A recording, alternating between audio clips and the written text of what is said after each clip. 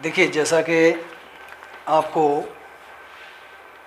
हमने second lecture में इसके बारे में बताया था, यानी कि प्रतिलोम त्रिकोणमिति संबंध तथा फलन के बारे में।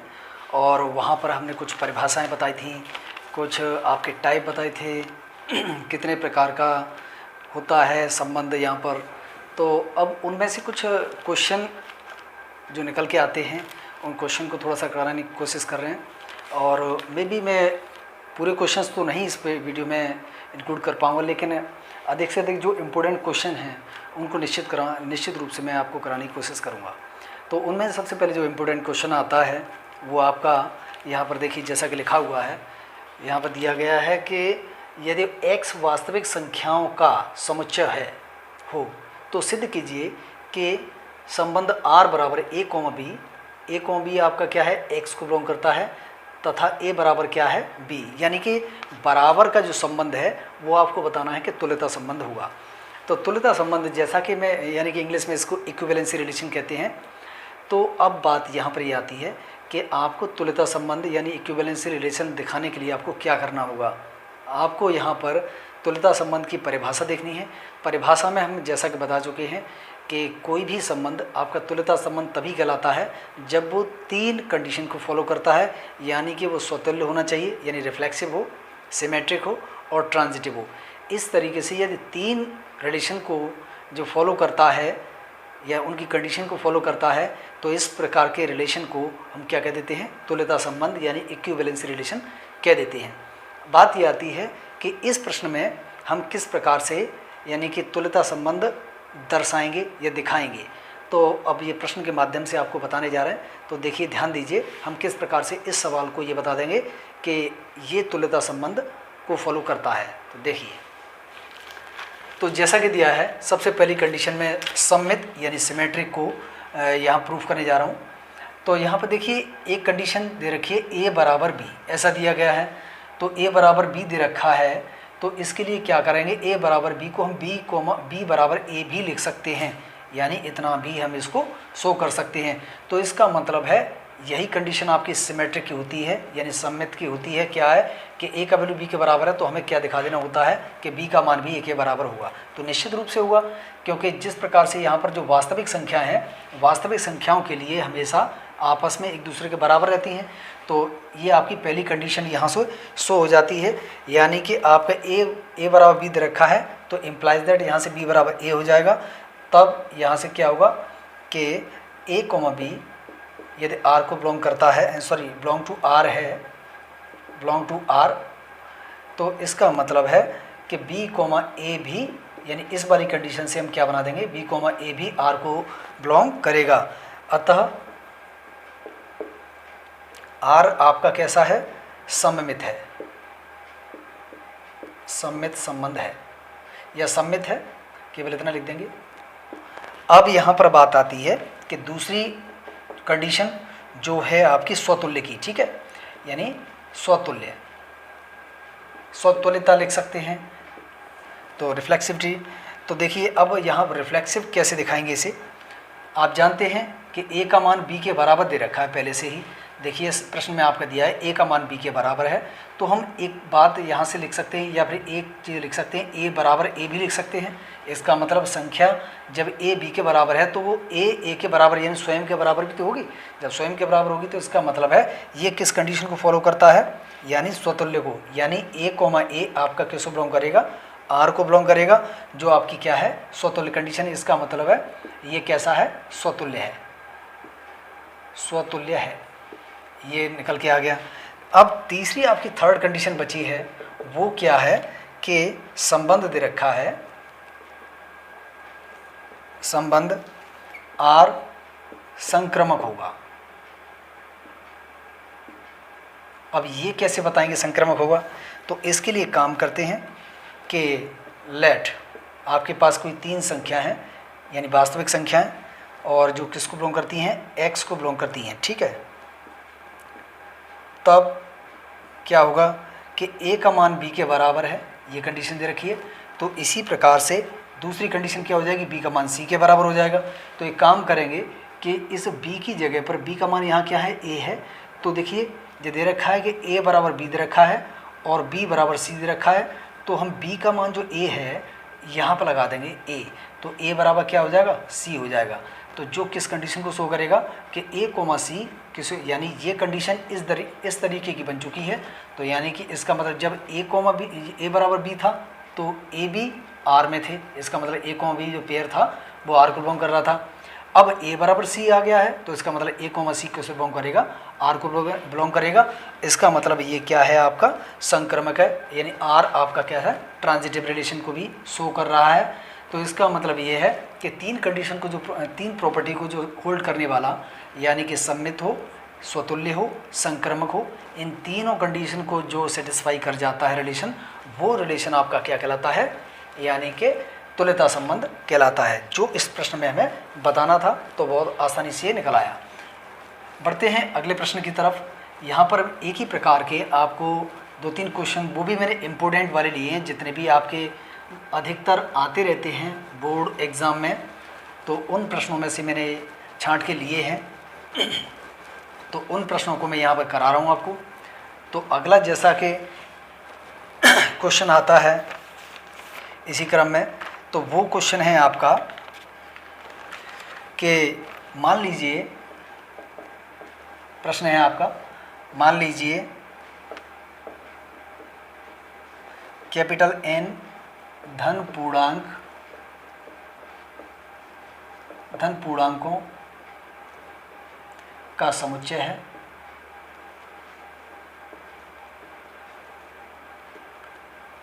है, यदि कोई संबंध R, n क्रॉस, ये आपका सवाल दिया जा रहा है, अभी तो मैं केवल अभी क्वेश्चन को नोट कर रहा हूँ यहाँ पर, n क्रॉस n पर इस प्रकार है,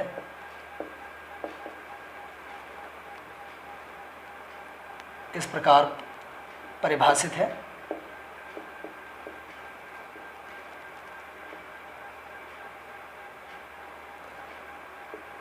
कि ए कोमा बी आर, काफ़ी प्रश्न आता रहता है ये वाला, implies and implies that. Implies and implies that का मतलब यहाँ पर देखिए बताता हूँ मैं, A plus D is equal to B plus C, comma A comma B comma C comma D belong to N cross N, यानी इसके एलिमेंट है। तो ये पेयर वाइज फॉर्म में इसको बिलोंग कर रहे हैं। तो देखिए इम्प्लाइज एंड इम्प्लाइज दैट का मतलब होता है कि इसका मान ये है तो फिर इसका मान ये होगा, यानी एक दूसरे के बराबर हैं। यानी ये कंडीशन के अंदर रखिए तो ऐसा लिख सकते हैं यहाँ पर इस प्रश्न में, और कहीं ऐसी कंडीशन ये बन जाती है तो उसको ऐसा भी लिखा जा सकता है। तो इसका मतलब यहाँ पर इम्प्लाइज दैट, इसको बोलते हैं इम्प्लाइज एंड इम्प्लाइज दैट। तो बढ़ते हैं इसकी तरफ। ये बताना है कि एक तुल्यता संबंध है, ये हमें प्रूफ करना है। तो इसके लिए देखते हैं, सबसे पहली कंडीशन आती है जिसको कहते हैं आपका स्वतुल्य, यानी कि रिफ्लेक्सिव। तो सबसे पहले स्वतुल्य को देखते हैं, स्वतुल्यता। तो एक कंडीशन है यहाँ पर देखिए कि a प्लस डी बराबर b प्लस सी। तो हम एक काम करते हैं कि ए कोमा बी ऐसा ले लें, ए कोमा बी टाइप का ले लें। तो देखिए यहाँ पर क्या बनेगा कि a प्लस बी, यानी इस कंडीशन क्या निकल के आएगा, a plus B is equal to B plus A, ऐसा बन जाएगा यहाँ से। तो यानी a प्लस बी का मान हम जानते हैं धन पूर्णांकों में a प्लस बी का मान b प्लस ए के बराबर निकल के आता ही है, यानी ये दोनों आपस में बराबर होते हैं, ये निश्चित है। तो अब यहाँ पर क्या है कि ये कंडीशन ये शो कर रहा है कि a comma B R A comma b, इस कंडीशन को ये फॉलो कर रहा है। देख लीजिए, आप मैच कर लीजिए इससे कि कैसे, कि यानी कि ये कंडीशन दे रखी तो क्या था कि a प्लस डी, यानी पहला चौथा यहाँ पर जोड़ दिया था और सेकंड और थर्ड को जोड़ दिया था। तो ऐसे पहला और चौथा यानी a प्लस बी बराबर b प्लस ए, देखिए इसके बराबर आ गया, यानी इस कंडीशन को शो कर रहा है। तो ये कैसा है, स्वतुल्य है। इसका मतलब यहाँ से स्वतुल्य निकल के आ गया, ठीक है।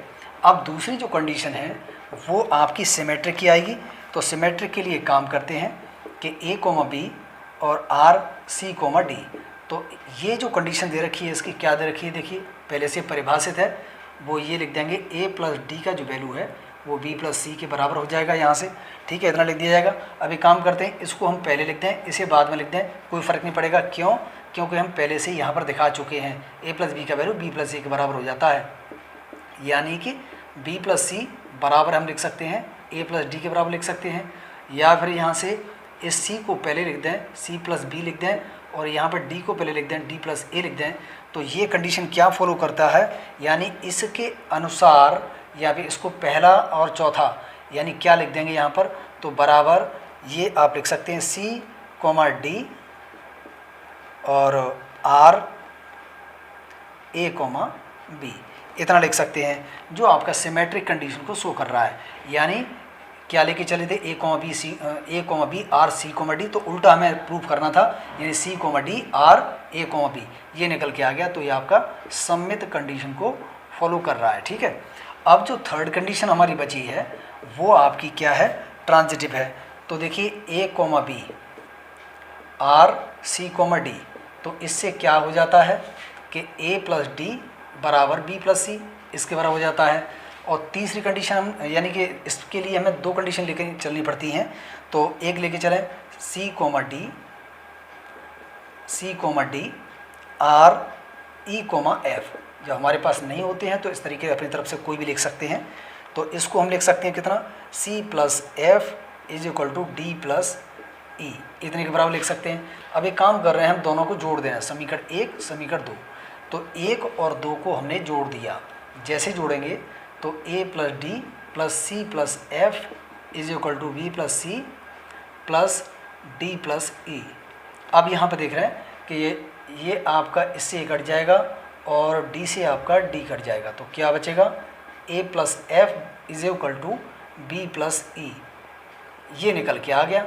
और इस चीज़ को हम लिख सकते हैं कितना, कि A comma B R E comma F, जो कि कंडीशन किसको शो कर रहा है, वो इस वाली कंडीशन से लिखा है हमने।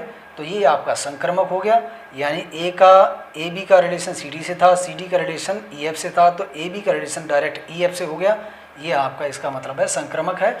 तो ये तीन प्रॉपर्टी को होल्ड करने वाला, यानी स्वतुल्य है, सम्मित है, ट्रांजिटिव है, तो ये आपका क्या कहलाएगा, एक तुल्यता संबंध कहलाएगा। तो इस तरीके से बहुत आसानी से ये प्रश्न कर लिया हमने और इम्पोर्टेंट भी है काफ़ी। अब नेक्स्ट अगले क्वेश्चन की तरफ आगे बढ़ते हैं। तो जो क्वेश्चन आपका किस प्रकार से दे रखा है वो ध्यान दे लीजिए, वो भी इम्पोर्टेंट क्वेश्चन है इन्हीं क्वेश्चन की तरह, क्योंकि एक्सरसाइज में काफ़ी सारे क्वेश्चन दे रखे हैं, लेकिन आपकी इस जो एक्सरसाइज है जो एफ, तो उसमें कुछ क्वेश्चन आपके ऐसे भी हैं कि परिभाषाएं पूछी हैं, एग्जाम्पल्स लिखने हैं, तो इस प्रकार की कंडीशंस दे रखी हैं। तो अब यहाँ पर जो क्वेश्चन आता है वो क्वेश्चन ऐसा है कि सिद्ध कीजिए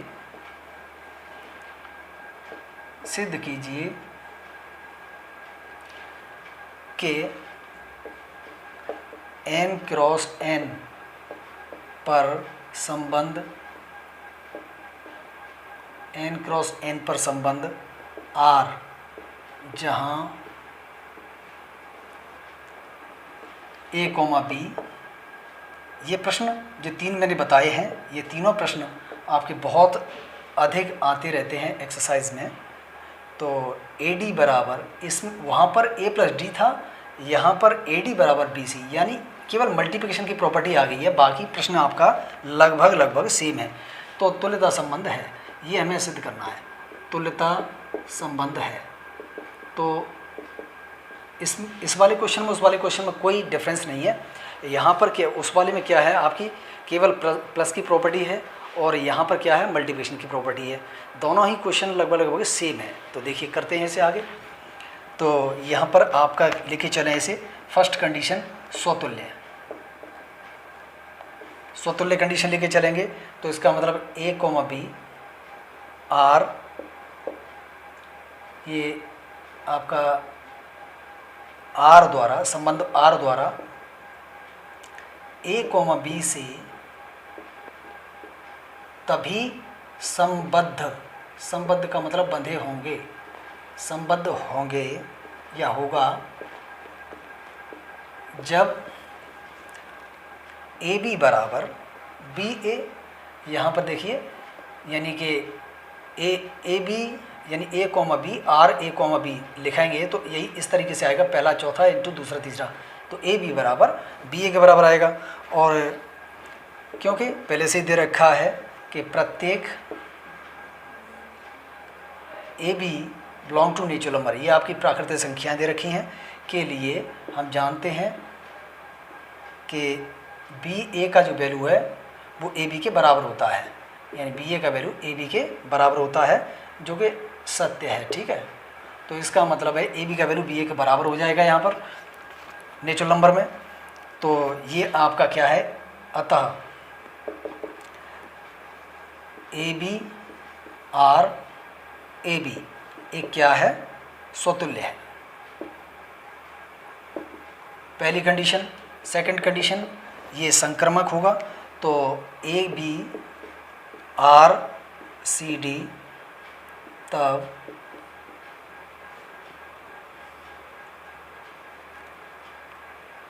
क्या लिख सकते हैं इसे, ए डी बराबर बी सी लिख सकते हैं। ठीक है, और इसको कैसे लिख सकते हैं, बी सी बराबर ए डी लिख सकते हैं, या फिर इसको सी बी बराबर डी ए लिख सकते हैं।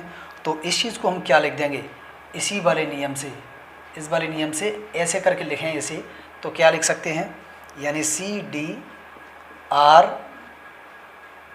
B a, sorry c d a b लिख सकते, ए बी सी डी और ए बी ये लिखा जा सकता है इसे। तो इसका मतलब ये क्या है, आपका स्वतुल्य सॉरी सिमेट्रिक है। अब आता है थर्ड वन लास्ट आपका, जो आपका आता है संक्रमक, ये सममित है।